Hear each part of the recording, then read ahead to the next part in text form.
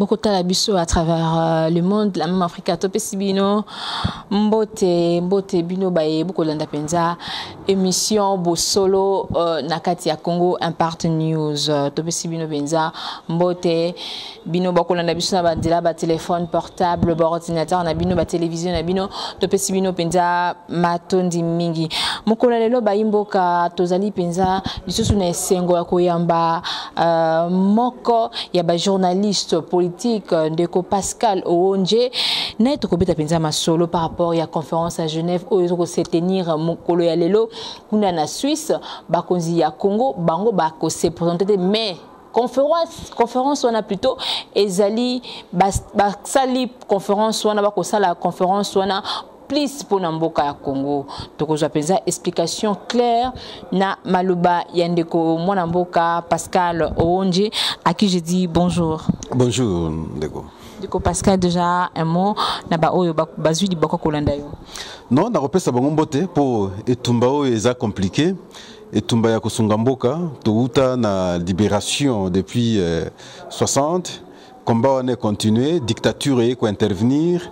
To banzaki ke na entrée à Foudel makambe ko changer bien que combat ya démocratisation na papa Etienne Tshisekedi zalaki allure ya ko zala casser na entrée à Foudel entrée à Foudel moi espoir des zalaki mais dictature mususu bandaki ko s'installer bande ko mususu bazui minduki to connaître partition en Mboka et finalement to kie na San City to zongi to eko organiser ba élection liboso na 2006 on pensait déjà qu'on décoller pour la démocratie mais l'autre comment quitter nassé parce que tendance à dictature et comment kota voilà ndé comment singalelo que bisoto s'engager na sens ya ko sunga pe bande ko banda ko comprendre makambo ezo le kanamboka et comment baki kozala na comportement ya ko appuyer pour que mboka na biso ezala malamu to dépendre totalement na acteurs politiques était au batala plus ba intérêt ngoma malheureusement ezaka ba intérêt privé ou les ezala intérêt collectif. OK. Il y a pensa to kota ma solo na biso par rapport à la conférence à Genève de ko Élysée Arsilay déjà ko bima mais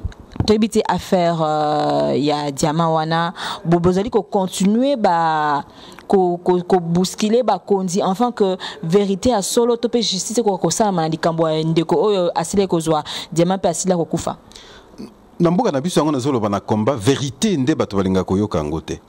Qu'est-ce qui s'est passé simplement parce que ya lingaki oye salema ki wana eyeba ni pas bato tout. Diamant et kangamaki est-ce que Kolo Diamant a bénéficié qui est-ce que Mboka a bénéficié bateki na mbongo boni mutakufi mutanga kufaki a kufi ndenge nini il fallait lumière na cadre wana na le toujours peut-être façon à ko rendre ndé poser problème mais beaucoup ko privilégié rendu ya mototé à journaliste na place ya fait oyo mutakufite bukangaki ye bakangaki ye c'est vrai ba démarche salemi abimi. C'est vrai, à côté à UNPC, côté de la presse, il va juger. Mais le procureur général, il faut se saisir dans dossier. Est-ce qu'effectivement, le dossier à Diamant, vous avez un vous avez malamu, si quoi à ce moment-là, vous avez une population mobimba, aïe bandenge les kaki. Ngaï la fois passée dans 5 ans d'ailleurs, gouverneur Ngoïka Sanji, pourquoi qu'il a organisé point de presse était à la qui s'abattu effectivement, oh les kaki. Parce que bah si t'as qui est dans dossier, bah incriminé dans dossier. Ce qu'ils ont impliqué, à quoi expliquer bateau. Que azala quitté et puis bato bagoyeba question un peu que la poser à répondre à la question et comme ça lumière goyeba na balamoko mais on sent que flou moko na dossier on ezali tôt ou tard na le bara toujours après régime oyo ba vérité to goyeba na sima et ko le ba vérité o to yeba ya Mobutu na sima ba ministre ya kala ya Mobutu nani ya information asala ka témoignage naé ça combi que Mobutu a mais la makila c'était grave mais tant qu'azala qui on a le batté il y a des choses à découvrir parce que comportement il y a acteurs nabiso en tout cas ils ont l'accès effectivement que tous en la classe politique où ils ont mérité que bien médiocre. Motuna mususu parce que si les causes se pena moi kala to kotuna ndeko mwana mboka boboliko a travailler bongo pour namboka asiko kufa déjà kufa moko lelo nde ebembezali ko bima un mot par rapport ya mémoire ya ndeko boboliko. Non bato na ezo senga que to s'incline na mémoire na bango parce qu'ils apparu bato babundaki mingi abundi depuis très longtemps et ti na ndenga kufa kufi sénateur. Moussa les salés mingi peut-être mbeba izalaki parce que ils ont participé dans la gestion. Oh ba jeunesse et belin peu bazampe sacrifié mais asali musala a participé na contribution ou à construction ya mboka na biso les lois tiki biso lilobe kozaka mokoti nzamba sungaye amema ye na nzela ya malamu akendo pema na kimia ba biso to tikali biso nde siko to tikali na responsabilité comment ko sala malamu koleka bango pour que to sunga mpe mboka to sunga mpe génération zoya c'est là l'enjeu mais oya ya sali wa kuki ko sala ya kei nzela bato nyonso ba mususu mpe ba biso nyonso mpe to kolande na sima mais tango toza na bomoi to mika ko sala koleka ye matonzi mingi mwana mboka Pascal Wonje tokota penza na mama likambo na biso conférence à donateur aux en à Genève faut que ça mama kolelo pona mboka na biso banani baza ba initiateur faut que ba tozaki na ministre enfin premier ministre Sami Badibanga j'imagine que tanga zaki comme premier ministre ba démarche en Salemaki mais tanga longwe asali ba démarche wana pour que finalement bande ko na biso bazo mona pasi na Congo ba déplacer interne comme ba déplacer externe ba meka ko se retrouver na oyo soki gouvernement a na capacité à kosunga bango te ba ndeko mususu abekolo mususu ba meka kosunga bango initiative wana akabola ki na baninga ne mususu ndo moni ba ko convoquer conférence ya Genève wana objectif ya randing na lobby ezali pona kosunga ba ndeko ba congolais o baza ko souffrir mais il s'est fait que tango logique likamboana ezouami il a fallu que la délégation et à Kinshasa et selon la autorité à Kinshasa sur les faisabilités tango batamboli ba constater effectivement que Congo eza moko ya bamboka ya mokili ba déplacer interne comme externe eza ebele à ce moment-là il faut pas classer biso ne sika oyo tango ba donateur ba comprendre grandeur. Il y a une situation d'Engezali, ba classé biso sur la liste L3. L3 est l'ingoloba pays à haut risque. Nangonga wana ba classé biso n'était pas Syrie, n'était pas Yémen. Non, tout ça niveau morana ba Syrien. Pratiquement parce que mboka tout ça na Kinshasa mais bandeko neto baza côté à Grand Kivu, baza na ex-Katanga, oba bima na oba tika ba village na bango, to l'équipe ba Yémen parce que biso tout ça grand pays. Ils ont mona na te pour tout ça munene. Mais bandeko ya kuna bazo mona pasi mingi côté à Bituri, kuna souffrance za makasi. Et belé ba kima bandako na bango, ba village na bango, ba mboka na bango, ils sont allés na bipa mususu. Donc si on compare situation, ozo le kanaba na ba Syrie, na ba Yémen aux unes, aux campagnes de RDC, ils ont pratiquement ndenge moko. Alors maintenant, bah classer biso que toza bah pays bah déplacer bah zébélé. De bah biso na liste wana ya L3. Pour le gouvernement, non, nous ne sommes pas pays à haut risque. Bon biso na liste ya L3 te. Il faut changer position wana parce que ce que biso na liste ya L3 et que décourager bah investisseurs bah koya na Congo te. Na banza kingai na kanisi na poser question. Mais ce qui est endengé on a pour décourager les investisseurs. Les investisseurs boni ba ya na mboka na biso depuis tout ce temps, depuis 2006, auto bandaga élection, ti lelo investisseurs boni ba ya. Nathalie na moni ba investisseur te. Donc, na comprendre que position du gouvernement ils a fondé te. Parce que même ceux qui za pour ba investisseurs, beaucoup d'abord ko participer na conférence on a, bo bénéficier d'abord mbongo parce que mbongo ane ko sunga population na bino et après bo ko poser problème, il y a déclassement. Il y a composition à bino dans la liste L3. Démarche du gouvernement salité, refus catégorique, na comprendre que la raison monsieur ses alliés. Et alors qu'ils ont des actions humanitaires, actions ya bomoto, pour sunga bande comme mususo bazana pasi, ko politiser yangote, pour tant que de fin à Kinshasa, bande wana bazon mona pasi. Pasi wana gouvernement jusqu'ici a eu capacité à ko sunga bangote. Alors ce qui mon ouverture mon ani que bamboka mususu basunga bango, je pense que l'ingaki zalande acte moko ya sengo côté ya gouvernement na biso pour que bazo abatwa na en charge et ça un peu malamu baza un peu na makasi ya kosala misala na bango mais ko boya catégoriquement ils en ont participé na souffrance ya batwana autant ils ont participé na souffrance ya batwana alors que ils ont des gouvernement aux a appelé à quoi assurer sécurité ya bateau na biloko na bango mais visiblement ils ont mona na que sécurité ya bateau ezate bateau zo souffrir et donc gouvernement on a tout gobenga gouvernement irresponsable. D'où il ne fallait pas Koboya, il fallait Kokende. Basuki Kakawanate. Parce que Mbonge Belé, estimation Basali, ils ont pèsé au moins 1 milliard 68 millions de dollars américains de Bakou Kosunga RDC. Na 1 milliard quelque chose, la Belgique déjà a proposé à peu ça 18 millions. na 18 millions, la Belgique a payé déjà 11 millions quelque chose. Pour la RDC, non.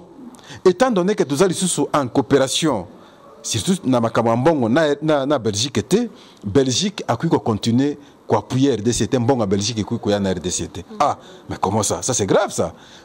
Bah, ça va ONG, non. Ce qui va passer, ONG, on va exercer mission dans la RDC. Ignorant que ba oyo ba structure e pesi mbongo na Belgique wana ezande ba structure o ezouta na Nations Unies, entre autres le PAM, entre autres HCR, entre autres mususu ezali wana bango ndesiko ba contribuer, mais curieusement bazo boya mbongo à Belgique et ya awa bazo menacer ba ONG na biso ya awa soit qui ba pesi bino mbongo et que boya ko travailler awa personne ne va travailler. Donc, en d'autres termes, on comprend que l'Ikambozo qui est un peu au-delà, il y a position qui peut classer, excusez-moi, dans L3 pour éviter que décourager les investisseurs. On sent que, comme il se régler les comptes, tant que vous se régler les comptes, il ne faut pas oublier que la population va souffrir. La population va souffrir par du fait il y a une capacité, il y a un gouvernement, il y a un gouvernant, il y a gouverner Mboka normalement. Mais maintenant, il y a une condition, mais bamboka musu balingi basunga même bato bino botie bango na condition de difficulté wana mais bino bozo boya ke ba ko sunga bango ça veut dire bolingi nde liwa na bango à ce moment-là bolingi mboka wana te ngana lo ba toujours on ne peut bien diriger que population dirigeant à lingi ce qui population na dirigeant à lingi bango te a ko diriger bango malamu te au moins na mai ko zalate lokola awa Kourea malanga ekozalate, banzela ekozalate, kolia malame ekozalate, bref, la condition sociale ekozala réunité. Et qu'on crée dysfonctionnement. Il y a tissu économique et mboka. Et vie à bateau ekozala na pas si. C'est ce que nous sommes en train de vivre. Donc substantiellement, question il y a conférence des donateurs à Genève, gouvernement d'Abisso Aza responsable. Nanyo c'est quoi lobby. Si par malheur, mbonge yé na RDC, souffrance à la population. Et alors na mutu il y a gouvernement congolais parce que le gouvernement a boyi ko nous participer à la conférence wana.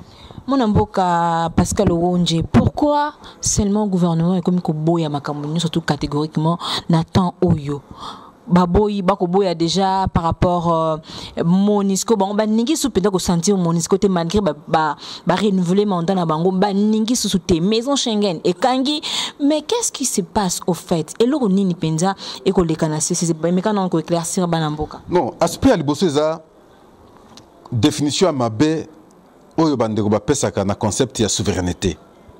Souveraineté ne voudrait pas dire qu'on vivre en vase clos sans cause de la relation avec bateau. Non, ça c'est faux.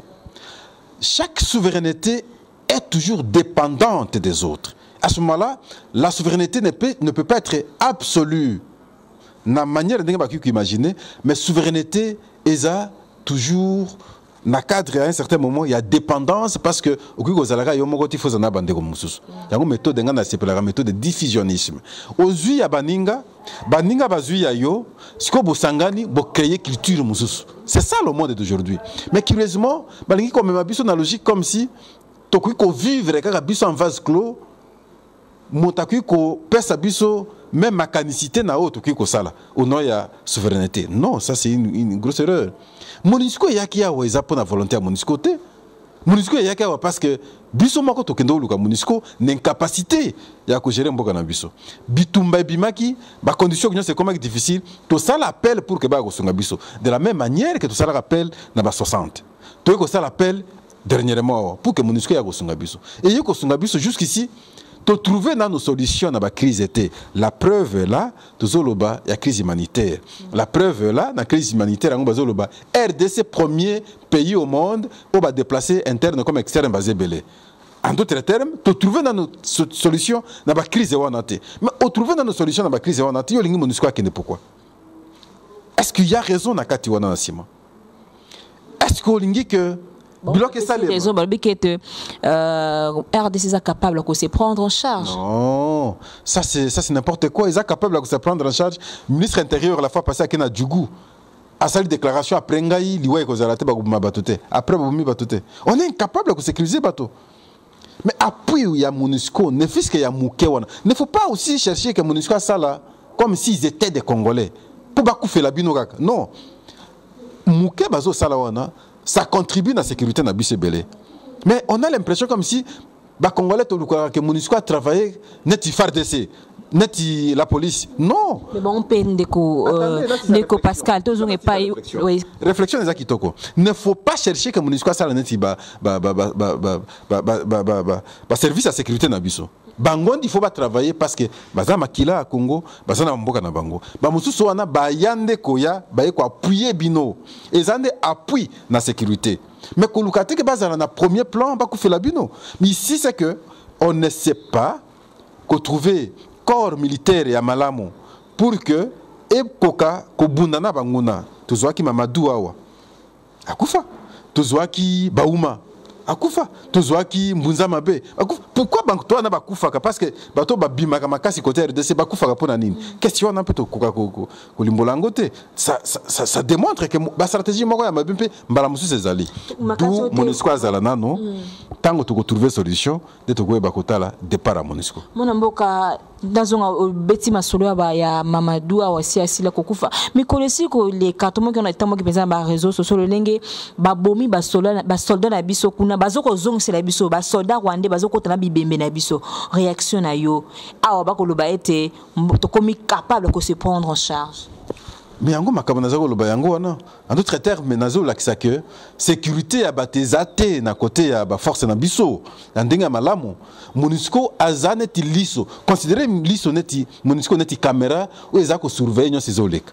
Supposons bazana mindu kite bazo surveiller biso simple. Otala musala izo salema ndenini. Est-ce que bandeko ba pays mususu bazo kote pa na biso ba ko sala biso mabe MONUSCO azo vigiler. C'est ce qui est plus important. Mais kolukate que MONUSCO azaraka liboso akufa.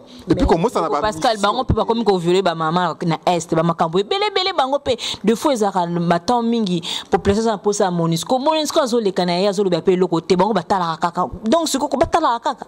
Mais je ne sais pas comment. Je dois comprendre les réflexions des Congolais. Bino moko pona mboka na bino, vous ne savez pas vous prendre en charge. Donc vous pensez que MONUSCO baza bato moko baki ko na foot. C'est ça. Vous pensez que moto MONUSCO aza moto moko parfait aki ko na mbebate parce que aza moto MONUSCO. Aza moto ka netiote. Ba politicien boni bazo sala mabe avec des petites filles ici. Ba soldat na biso boni bazo violer bato. Les policiers boni bazo violer. Hein? Ou bah miliciens, ou les gars, ce ne sont pas des Congolais. Bazo ba groupe militaire na Katanga, tout ce sont des Congolais. Mais combien faut que na MONUSCO pourquoi? Ce sont des gens basés d'ailleurs rebellés. Un individu moka ki ko sala mabe, mi balé ba ki ko sala mabe. Quel est le problème? Yo tanga statut à MONUSCO, ba accorder ba MONUSCO ba violer bato. Ça n'existe pas. Ça c'est le comportement de quelqu'un bien qu'à qui ko sala organisation moko boye. Mais ce n'est pas pour autant ça la génération que ça la déduction, ce n'est pas bon. Mais il faut comprendre que responsabilité yako sunga mboka yako gérer mboka oyo. Yako protéger mboka oyo. Et zande d'abord na ba Congolais.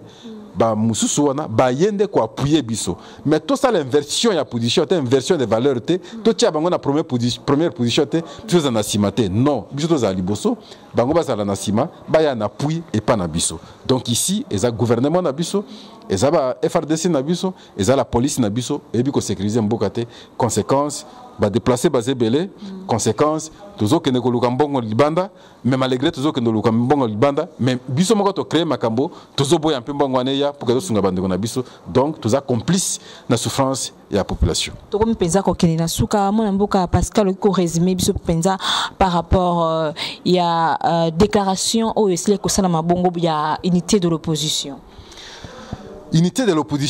eza neti eloko bazo luka pona ba sauver l'élection ba sauver organisation de l'élection ce n'est pas d'abord na cadre ya ko dégager candidature to comme na ngonga wana te parce que visiblement côté Aseni na logique ya machine à voter on sent que moi ba tendance ya ko luka neti ko bloquer processus ezali donc il faut que nous ensemble maintenant pour faire pression net de la même façon que Salemaki tango bazoko bunda pour na sauver démocratie ba créer ka dynamique ba ko créer rassemblement ba créer constitution plutôt non, ça veut dire mission spécifique mission à dynamique na rassemblement ezaki comment sauver la constitution révision na ba disposition intangible Salemate c'est comme ça nde ba sala ki biloko wana mais sikoyo bazo sala unité mususu pour faciliter l'organisation des élections, mais cette fois-ci sans la machine à voter, parce que proportion, il y a vol, il y a tricherie, la machine à voter et que les cas, oyo, na ba bulletin simple.